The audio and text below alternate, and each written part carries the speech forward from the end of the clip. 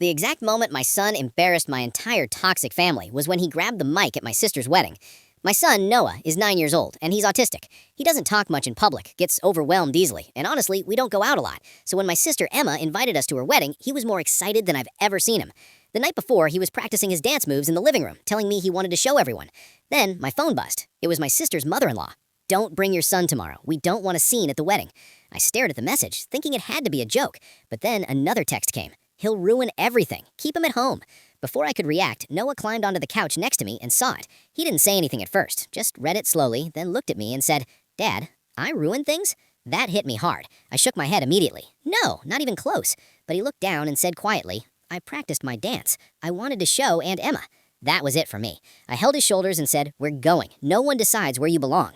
He hesitated. "What if they don't let me in?" I said, "Then we walk in anyway." The next morning, I took him shopping for the most unforgettable outfit. He picked a bright blue suit, a bow tie that didn't match, and neon sneakers that lit up when he walked.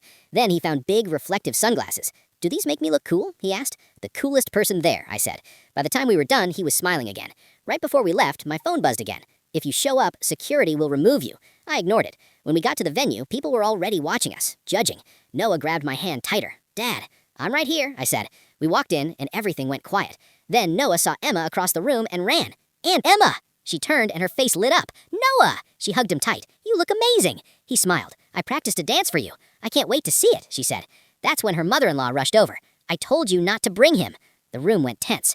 Emma turned and said, "Excuse me? He's going to ruin the wedding." Emma didn't hesitate. "No, the only person ruining anything is you." People were watching now. She added, "He's my nephew. He's staying." And just like that, it was over. During the ceremony, Noah sat quietly, doing his best, but at the reception, he looked at me and asked, "Can I show them now?" I smiled. "Go for it." He walked to the middle of the dance floor, paused, and then started dancing. Not perfect, but confident. His shoes lit up, his sunglasses reflected the lights, and his whole face was focused. At first, people just watched. Then someone clapped, then more, and suddenly the entire room was cheering for him. Emma ran over and joined him. Then others followed, and just like that, he wasn't the kid people doubted. He was the center of the wedding.